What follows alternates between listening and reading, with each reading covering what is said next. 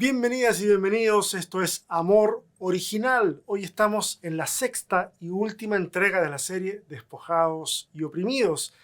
Después de la emisión de hoy, 22 de diciembre, nos vamos a ver de regreso el 12 de enero, pero no conmigo, sino que vamos a comenzar la serie que se llama Nuestras Voces. Esas van a ser 5 semanas en las que 5 personas muy queridas por demás está decirlo, personas muy queridas por la comunidad de Amor Original estarán compartiendo lo que está en sus corazones para el crecimiento de todos nosotros. ¿Ok? Así que va a ser maravilloso. Además, el día de mañana tendremos una junta especial de una conversación comunitaria. Ustedes saben, el miércoles pasado no pudimos hacer nuestra junta semanal y este miércoles que viene es 25 de diciembre. Evidentemente yo no voy a hacer una junta en un día tan especial para mí en el que cumplo 25 años de matrimonio. 25 el 25. Así que mañana, va a ser mañana a las 21 horas junto con Efraín Belmonte vamos a estar ahí. ¿Ok? 21 horas, por supuesto, tiempo de Chile. Vamos a sentarnos a conversar sobre este sermón y sobre el sermón que vimos la semana pasada. A ver si en ese espacio podemos procesar todo eso. Y si ustedes pueden sumarse a la conversación que viene después, donde estamos todos juntos, genial. Sería muy lindo que así ocurriera. Ok. Mira, diciembre es un tiempo de muchas convenciones sociales. Celebramos el nacimiento de Jesús en una fecha que sabemos que no fue, pero la tradición nos invita a hacerlo en este tiempo y está perfecto, no hay ningún problema con eso. Podríamos, de hecho, hacernos regalos en cualquier momento del año, pero elegimos esta fecha. Bien lindo que así sea, sobre todo cuando los regalos tienen que ver con cosas significativas para la otra persona y que no tienen que ver necesariamente con lo caro del presente. Diciembre también es un mes de balances de vida, e insisto, podríamos hacer esos balances de vida en cualquier momento del año. No necesitamos esperar a terminar el año, pero oye, somos seres a los que las estructuras les son útiles y los ciclos les son útiles. Entonces, así que, mira, si diciembre es un mes de balances para ti, genial, hazlo. Pero quiero aprovechar de dejarte 3 recomendaciones. Solamente 3 y son muy sencillas. Mira, recuerda que las personas a tu alrededor, esa gente que amas, ellos y ellas son el regalo más importante en tu vida. No las cosas que pudieran darte o que tú pudieras darle a esas personas. Tú también puedes ser un regalo para esas personas. Porque en el abrazo de donde hay verdadero amor, hay también ahí un encuentro con lo divino. En segundo lugar, en tu balance, recuerda valorar los fracasos del camino. Si solo queremos obviarlos para enfocarnos en lo que viene, ¿sí? Okay. Esos dichos como que, ¿se acuerdan? Para atrás ni para tomar vuelo. Deja a un lado ese tipo de dichos. Valora tus fracasos, valora el tener que retroceder, valora el tener que detenerte un rato y no inmediatamente correr a la siguiente meta. Porque si no lo hacemos, vamos a perder un aprendizaje enorme. Y por último, estas fechas tienen una carga emocional muy grande. Y hay algunos y algunas de ustedes que en estos días vivirán sus primeras Navidades y Año Nuevo sin esa persona amada que partió durante este 2024. Oye, puedes verter todas las lágrimas que necesites en este tiempo y así todo poder celebrar, si es que es así que lo deseas hacer. Esas personas no se han ido de tu corazón y puedes honrar su memoria y la vida que compartieron contigo durante tantos años. A ustedes, a los que diciembre y sus celebraciones les duelen hasta el alma, a ustedes les ofrezco un abrazo con todo mi corazón. Como quisiera poder dárselos a cada uno, a cada una de ustedes. Pero bueno, que esto baste por ahora, hasta que ese encuentro personal se llegue a dar entre nosotros. Mira, pasemos a lo que nos tiene que ver con esta serie. Esta serie ha sido pensada para que mediante la consideración de perspectivas distintas sobre el texto bíblico y perspectivas distintas sobre los personajes de las típicas historias navideñas, podamos ser desafiadas a revalorizar no solo a los personajes bíblicos que pertenecen a grupos que son invisibilizados, oprimidos y minorías, como lo hemos hecho, sino también a revalorar a nuestros contemporáneos que calzan bajo esas mismas categorías de invisibilizados, oprimidos y minorías. Es un llamado a ser la voz de los sin voz, pero solo hasta que ellos y ellas encuentren su propia voz. Llamados a ser esperanza para los que la han perdido, pero sin fomentar relaciones codependientes que nos hagan ver o que nosotros pretendamos hacernos ver como su próximo Mesías. Que podamos ser reconciliación, que podamos servir y amar, aun cuando nadie se tome el tiempo de reconocer nuestro trabajo o darnos las gracias. Porque si bien es cierto, sí, se siente lindo que alguien te reconozca y que alguien agradezca, pero no es por esas razones que debemos hacer el bien, ni tampoco por recompensas extraterrenas o para evitar un lago de fuego. Lo hacemos porque es lo correcto. Lo hacemos porque es lo que nuestra humanidad nos pide a gritos hacer. Lo que pasa es que nosotros sobreescribimos sobre el software original, sobre esa línea de código original, la sobreescribimos. Y en donde decía amor, pusimos condición. Y en donde decía perdón, pusimos rencor. Pero no veníamos cableados así desde fábrica. Vivamos plenamente nuestra humanidad. Lo que no tiene que ver con desechar lo divino. Tal vez sí tenga que ver con repensar nuestras religiones, pero sin duda no significa forzosamente que tenga que ver con apartarnos de Dios. Lo humano es maravilloso. No olvidemos que es el texto bíblico el que describe al ser humano como hecho a imagen y semejanza de Dios. Una imagen que la religión se ha encargado de publicitar como caída o inexistente debido al pecado. Pero lo ha hecho con deducciones teológicas más que con el mismo texto bíblico. Bueno, no voy a hablar de eso ahora. A la entrega de hoy, le he llamado paradigma.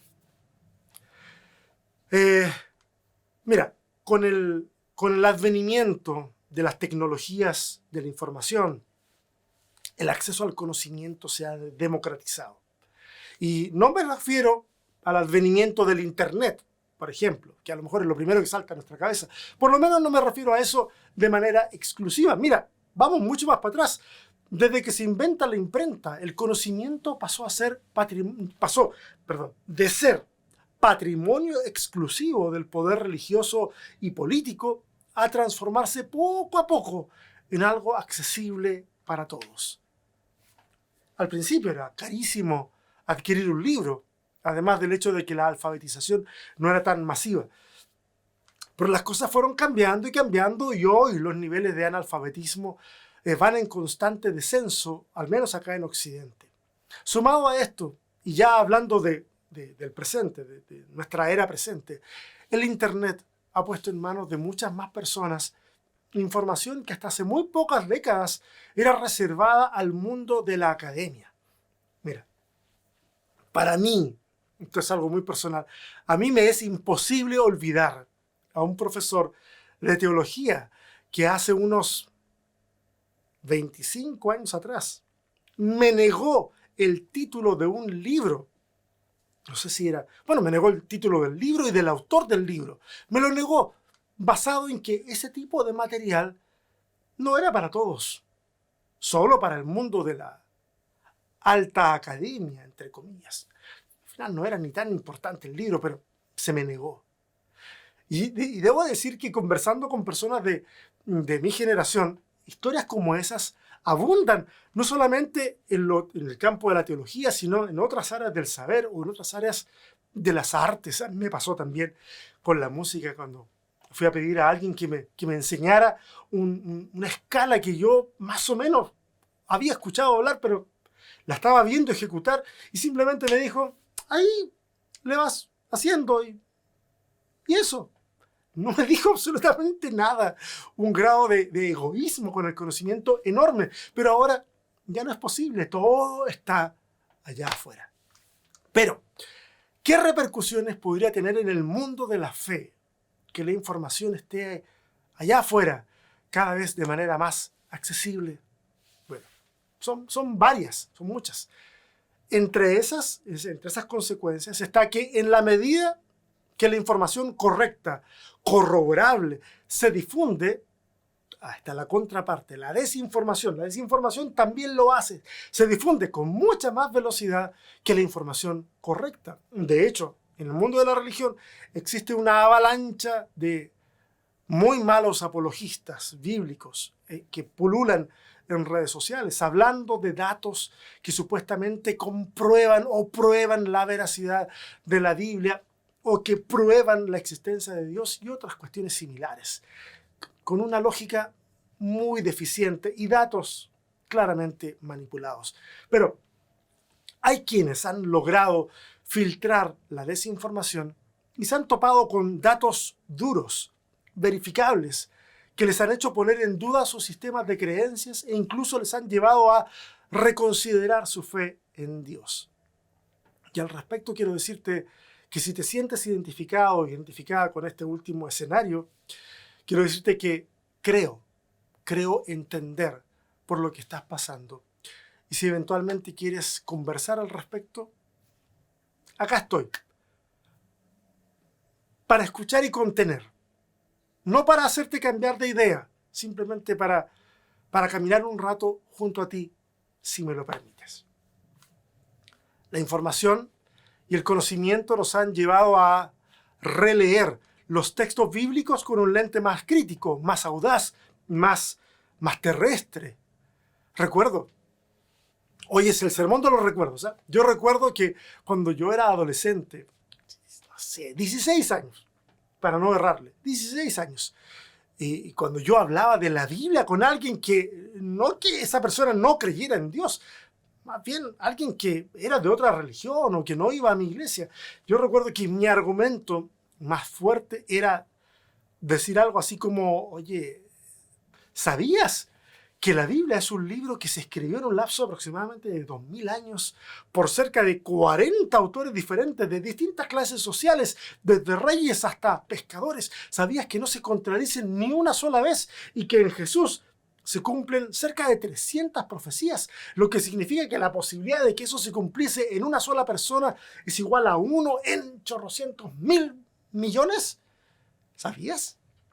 Y ese era como mi punto de venta, mi selling point, así como para entrar así fuerte con la conversación. Para mí eso era lo más impresionante, que la Biblia fuese ese producto divino, perfecto, que registraba el cumplimiento de la voz de Dios de una forma imposible para cualquier otro libro.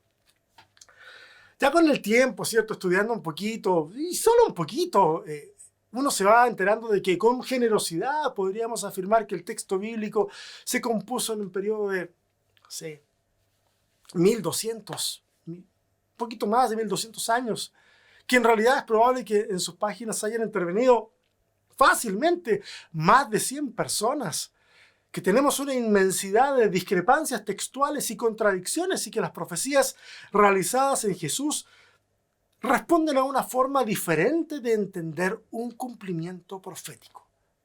Me refiero a que nosotros lo entendemos de una forma distinta a cómo lo registraron los evangelistas. Y ustedes se preguntarán, ¿cómo así? ¿Cómo así, César? Bueno, justamente de eso quiero hablarles hoy. Y para hacerlo, voy a tengo que ponerme límites porque si no queda muy amplio. Voy a limitarme al mensaje de uno de los evangelios, el evangelio que utiliza más la idea de que lo que está pasando con Jesús es el cumplimiento de algo que está en la Biblia hebrea. Estoy hablando del evangelio de Mateo. En esta explicación quiero que me sigan con mucha atención porque puede resultar fácil entender algo distinto a lo que quiero explicar. Obviamente haré mi mi mejor esfuerzo para que eso no pase, pero ustedes tienen que hacer un esfuerzo también. En el libro de Mateo vamos a leer en varias ocasiones algo así como: esto sucedió para que se cumpliese lo dicho por el profeta, y va a pasar a citar algún pasaje del Antiguo Testamento. Vamos a ver algunos ejemplos. Y ya que estamos en la serie de Adviento, vamos a ver que en Mateo vamos a encontrar 5 profecías realizadas en los 2 primeros capítulos. ¿Ok? Veamos cada una de ellas y lo vamos conversando. ¿Les parece? Mateo 1:23 dice: He aquí una virgen concebirá y dará a luz un hijo y llamarán su nombre Emanuel. Esa es una referencia a Isaías 7:14. La segunda es Mateo 2:6, en referencia a Miqueas 5:2. Dice: Y tú, Belén, tierra de Judá, no eres la más pequeña entre los gobernantes de Judá, porque de ti saldrá un gobernante que pastoreará a mi pueblo Israel. La tercera cita es Mateo 2:15 y hace una referencia a Oseas 11:1. Y estuvo allá hasta la muerte de Herodes para que se cumpliese lo que dijo el Señor por medio del profeta cuando dijo: de Egipto llamé a mi hijo. La cuarta es Mateo capítulo 2, verso 18, en referencia a Jeremías 31:15. Se oyó una voz en Ramá, llanto y gran lamentación. Raquel llora por sus hijos y no quiso ser consolada porque perecieron. Y la quinta es Mateo 2, verso 23. Y vino y habitó en la ciudad que se llama Nazaret, para que se cumpliese lo que fue dicho por los profetas, que habría de ser llamado Nazareno. 5 profecías que van a anunciar desde el inicio del libro que Jesús es el nuevo Moisés. Ese es el sentido del 5 acá, como 5 libros de la Torá, del Pentateuco. Y en el resto de la organización del libro va a ser lo mismo. La organización en grupos de 5 va a ser frecuente. Eso podemos hablar en otro momento.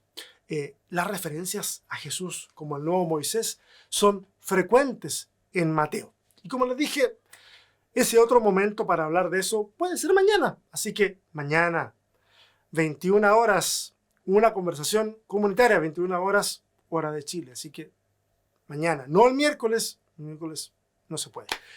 De las 5 profecías que acabo de citar, se desprenden más de un problema, algunos problemas, sobre todo de acuerdo a nuestra forma de leer el texto. Tal vez con la que no tenemos mayor problema es con Miqueas capítulo 5, que en efecto es un texto ampliamente usado para hablar de la esperanza mesiánica. El nuevo ungido sería uno que emergería de la casa de David. En este caso se menciona a Belén como ciudad asociada a David. Pero en el resto de las profecías hay algunas cosas complicadas de conciliar. Insisto, al menos de la forma en que nosotros leemos el texto.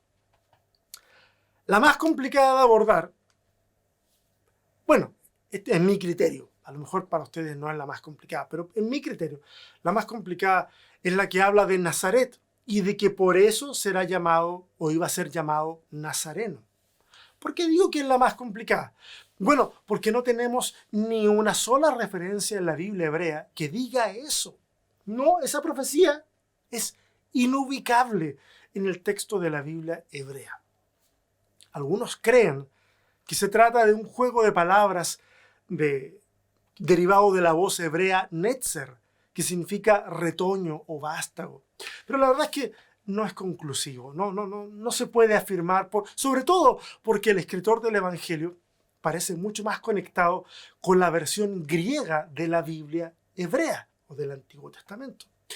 Lamentablemente, el autor del texto es inaccesible y tenemos que conformarnos con no saber a ciencia cierta qué quiso decir o a qué quiso hacer referencia. Así que esa es para mí tal vez la profecía, entre comillas, más problemática. Ahora, la profecía que dice, de Egipto llamé a mi hijo, cita o referencia a Oseas 11, es interesante también. Cuando vamos al texto de Oseas, que es donde primero tenemos que ir para ver qué dice, podemos leer claramente que, bueno, no es una profecía, no está pronosticando nada, es una descripción del pasado. Está haciendo referencia a la tradición que habla de Israel formándose como nación en Egipto. De Egipto llamé a mi hijo. En ningún sentido está redactada como una anunciación, como una profecía que diga que algo va a pasar en el futuro. No, en ningún caso no se puede llegar a esa conclusión. Entonces, bueno, ¿cómo es que Mateo la cita como si fuera el cumplimiento en Jesús? Piensa un poco en eso. Si quieres detener el video un poquito, revisa la cita, no me hagas caso en lo que yo te estoy diciendo de mis deducciones. Anda y revisa eso por tus propios ojos, revísalo, ¿ok? Tómate un tiempo para pensarlo y no me odies con tanta rapidez, porque voy a intentar proponer una explicación para todo esto, pero paciencia. La otra profecía es la de Jeremías 31:15, que habla del llanto de Raquel. Raquel, la esposa de Jacob. Y este llanto es por la muerte de sus hijos. Y este es un texto que cuando vas a Jeremías, lo revisas, tampoco es una profecía. Es una descripción metafórica del dolor por el exilio. A este texto, si tú lo lees, en el contexto de Jeremías, le rodean pasajes que anuncian restauración y consuelo, pero el texto al que hace referencia no es un anuncio de nada. Una vez más, se trata de la descripción del dolor por la muerte de tantas personas en este proceso del exilio. Y la última, y tal vez yo no la considero la más problemática, pero sí es la más importante en cómo la usamos nosotros desde la cristiandad, es la referencia profética de Isaías 7:14, que nos habla de una virgen, que una virgen concebirá. Y acá tenemos, bueno, tal vez esta es la más complicada, tal vez esta es. Acá tenemos un problema más serio. Mateo dice que el texto habla de una virgen, pero el texto hebreo no dice virgen. Mira, existe una palabra hebrea para virgen, y la palabra hebrea para virgen es betulá, pero la palabra hebrea usada en Isaías es alma, que significa mujer joven o doncella en edad de casamiento. Ahora, entonces, ¿por qué Mateo decide usar la palabra virgen en griego como traducción? Porque Mateo, ya se los dije, depende de la versión griega. Y ahí hay una palabra griega, partenos, que tiene esa dualidad de significado. Pero ese no es el único problema. El otro problema es que el texto en hebreo está en tiempo presente, no en futuro. Mira, si tú consultas la Reina Valera del 60 o la NBI, que son buenas versiones, pero están muy pensadas para el mundo confesional.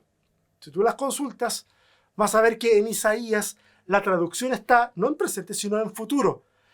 Concebirá, y va a decir virgen, virgen concebirá, pero en versiones más críticas, que tratan de apegarse un poco más al texto de los idiomas originales, versiones como La Dios habla hoy, o la Biblia de Jerusalén, o la Biblia La Palabra Hispanoamérica, que están accesibles en Internet, o sea, no tienes que comprarlas, puedes ir y consultarlas por Internet. La traducción es más fiel a los idiomas originales y dice, la doncella o la joven ha concebido. Es decir, en el momento que Isaías habla, esta mujer no es virgen, evidentemente, porque ha concebido. Ya está embarazada. En el contexto de Isaías, esto es una señal para el rey Acaz. La alianza sirio-efraimita amenaza la integridad de la nación y el profeta ofrece esta señal. Le dice, mira, a esta mujer que está embarazada, mira, Esta es la señal de que Dios está con nosotros. Antes de que este niño, que va a nacer, porque está embarazada, antes de que este niño tenga X edad, no está muy claro. Está muy oscuro cómo entender la referencia a la edad del niño, pero mira, antes de X edad, estos reyes que tanto te preocupan van a ser historia. ¿Ok? Esa es una señal para esa situación específica. No necesitan esperar el embarazo de nadie. El embarazo ya existe y eso lo constituye en una señal tangible de que Dios está con ellos. De ahí el nombre, ¿cierto?, que se le va a dar al niño, Emmanuel, Dios con nosotros. No que el niño sea Dios, sino que significa que la presencia de Dios está con su pueblo a través de esta señal. Esto me lleva a apuntar que es así como funciona la profecía en el Antiguo Testamento. Son mensajes de Dios que desafían al pueblo de Dios y en especial a sus líderes políticos, a sus líderes religiosos. Tienen, no siempre, pero en algunos casos, tienen un elemento predictivo, pero es de alcance breve, limitado. ¿Por qué? ¿Por qué? Porque son señales para quienes están recibiendo el mensaje. Un mensaje que está estrechamente ligado con lo que está sucediendo. No es como que, mira, hay un niño que va a nacer en 600 años. Esto va a ser señal para lo que está ocurriendo ahora. No tiene sentido. Todo es un cumplimiento en el cual quienes escuchan lo profetizado van a poder ver ese cumplimiento. Y yo sé que algunos pueden estar diciendo, oye César, yo me senté a ver un mensaje navideño, pero vienes tú y nos dejas con un problema enorme. Tengo más ansiedad de la que tenía antes de empezar a escuchar esto. ¿Qué hacemos con estos cumplimientos que nos cita Mateo entonces? Mira, si sientes que lo que he dicho mueve tu piso teológico, lo entiendo. Lo entiendo perfectamente y de verdad, de todo corazón, no estoy jugando aquí. Yo te pido perdón por la sensación desagradable que yo pueda estar provocándote en este momento. Pero con mis excusas no vamos a solucionar esto. Entonces, deja intentar explicar de qué estoy hablando. ¿Qué hacemos con estos cumplimientos que nos cita Mateo? Tal vez una mejor pregunta sería, esta puede ser una mejor pregunta. Lo que entendemos por cumplimiento, por esa palabra, cumplimiento, ¿es lo mismo que el mundo del siglo I entendía por cumplimiento? ¿Es al menos lo mismo que entendía el evangelista por cumplimiento? Pues sí, porque esa es otra. Tal vez ese es el problema, que nosotros entendemos algo de una forma que es ajena a la forma en que el evangelista lo entendía. Mira, en la teología del Segundo Templo proliferó una forma especial de leer el texto bíblico. No me lo estoy inventando, es totalmente corroborable. Mañana lo podemos conversar si quieres. Esa forma era una forma en donde se leía el texto de maneras muy creativas. Nosotros leemos los textos usando las herramientas que nuestra formación occidental ha establecido para entender un texto. Y está bien.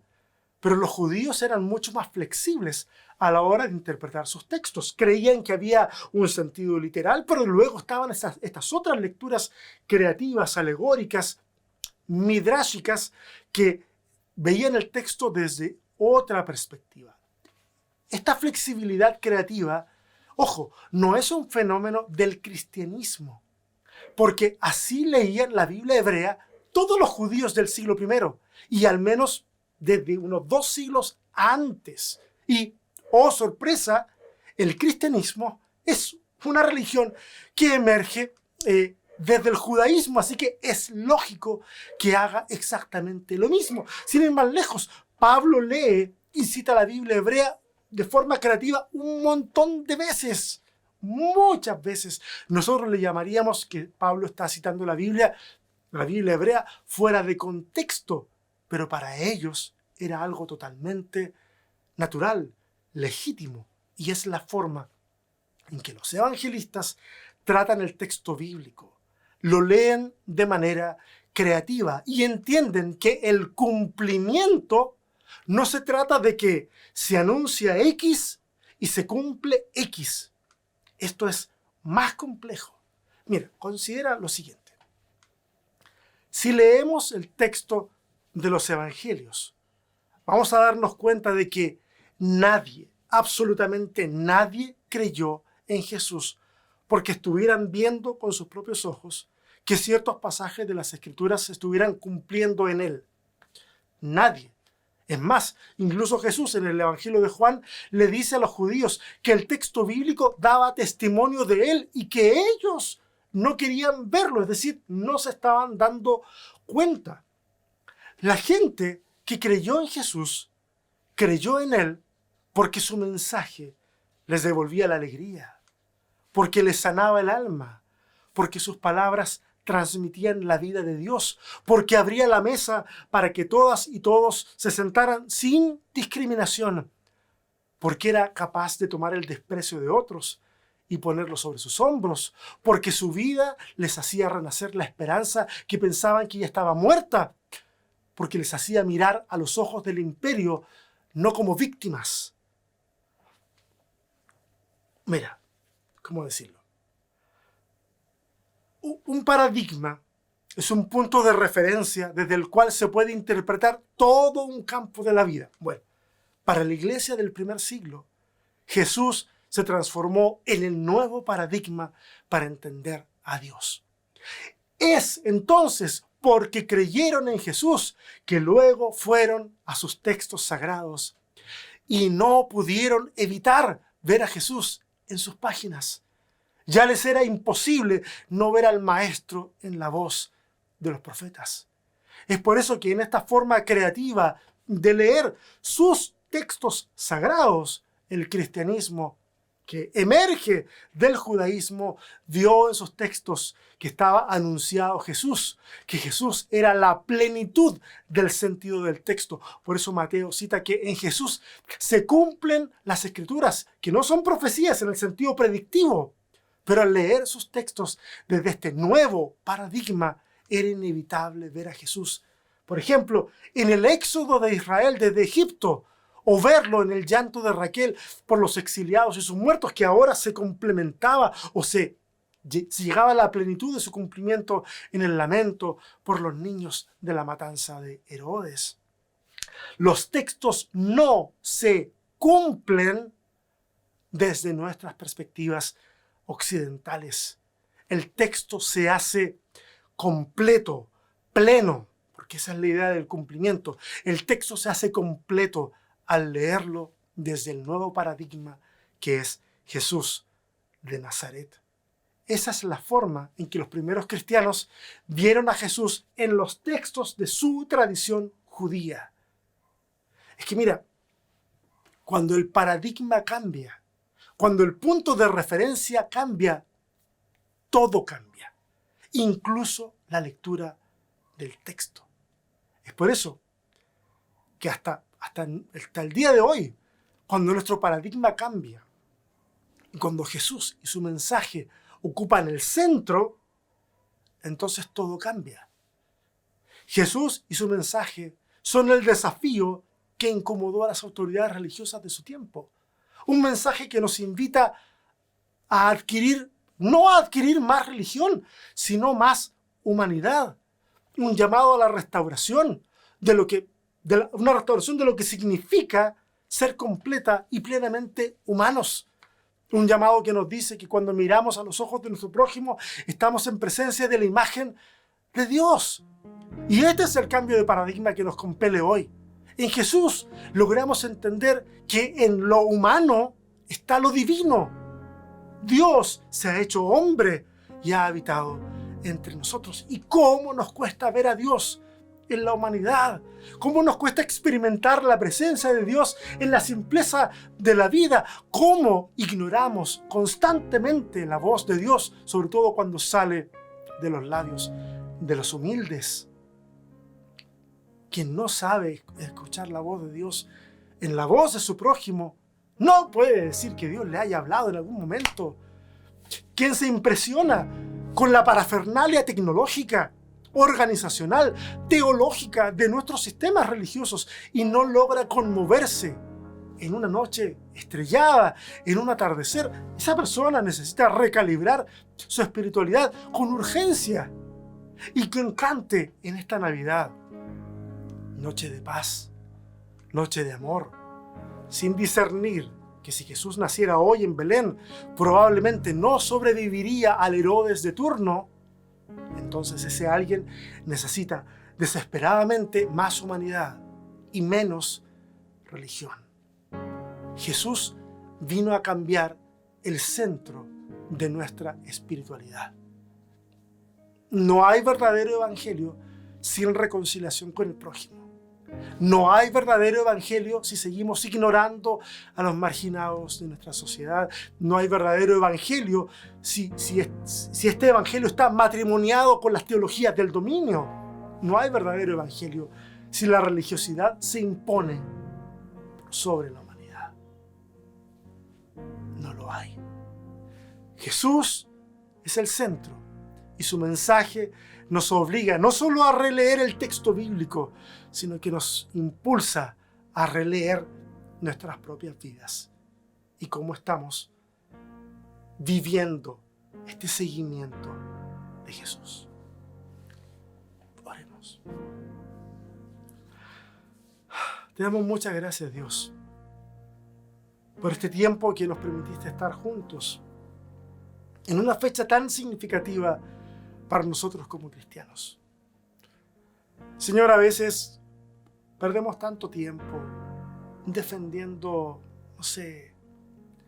estrellas que funcionan como GPS para los magos de Oriente, o defendiendo otros detalles del texto bíblico, y se nos olvida tanto que en este relato se nos muestra a Dios mismo interviniendo en la historia para que nosotros pudiéramos cambiar de punto de referencia, para que nosotros pudiéramos entender lo valiosa que es la humanidad. Señor, yo necesito recalibrar mi brújula teológica para dejar de querer ver a Dios en el texto. Está bien ver a Dios en el texto, pero Señor, yo quiero verlo y sentirlo y vibrar más cuando lo vea reflejado en mi prójimo. Esa es mi verdad, esa es mi necesidad. No sé cuál será la necesidad de los que están escuchando este sermón, pero te pido, Dios, que nos ayudes a todos a recalibrar nuestra espiritualidad contigo y tu mensaje en medio. Gracias, Señor. Gracias, Señor, por esta serie que pudimos completar.